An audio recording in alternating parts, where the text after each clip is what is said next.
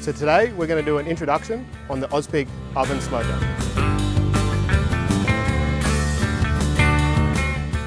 The best way to light your oven smoker is to use a full volcano full of good lump charcoal.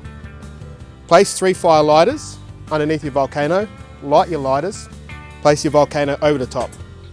Allow a good 5 to 10 minutes for all your charcoal to ignite. Once the lump charcoal is fully alight, now pour it into the body of the Ozpig.